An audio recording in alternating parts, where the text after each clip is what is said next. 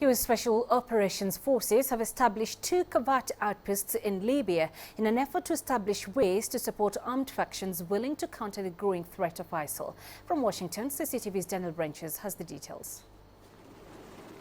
US Special Operations Forces sometimes conduct dramatic assaults on the compounds of high-profile terrorists such as Osama bin Laden. But most of their work remains covert.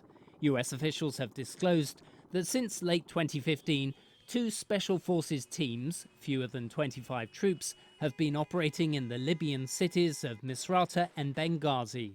So in this case, they're clearly not capable of protecting themselves and certainly not of being a tactically relevant force.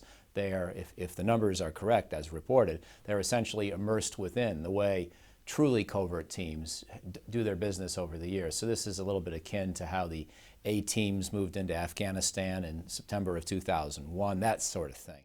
The Washington Post reports anonymous US officials told the newspaper that their principal mission is intelligence gathering.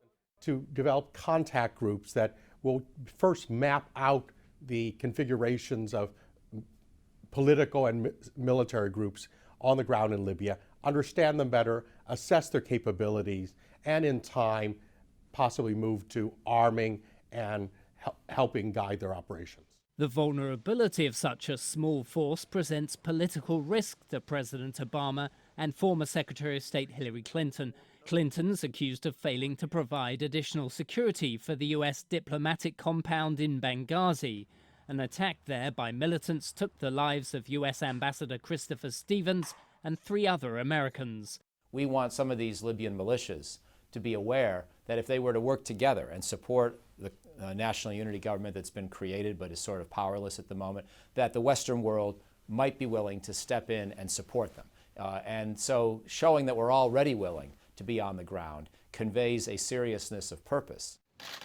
US Defense Secretary Ashton Carter's indicated that any major military support for Libya will be contingent on the success of the still fragile unity government.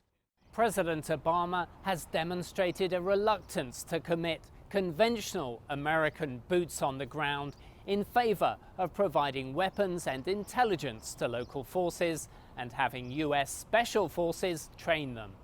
Ryntjes, CCTV, Washington.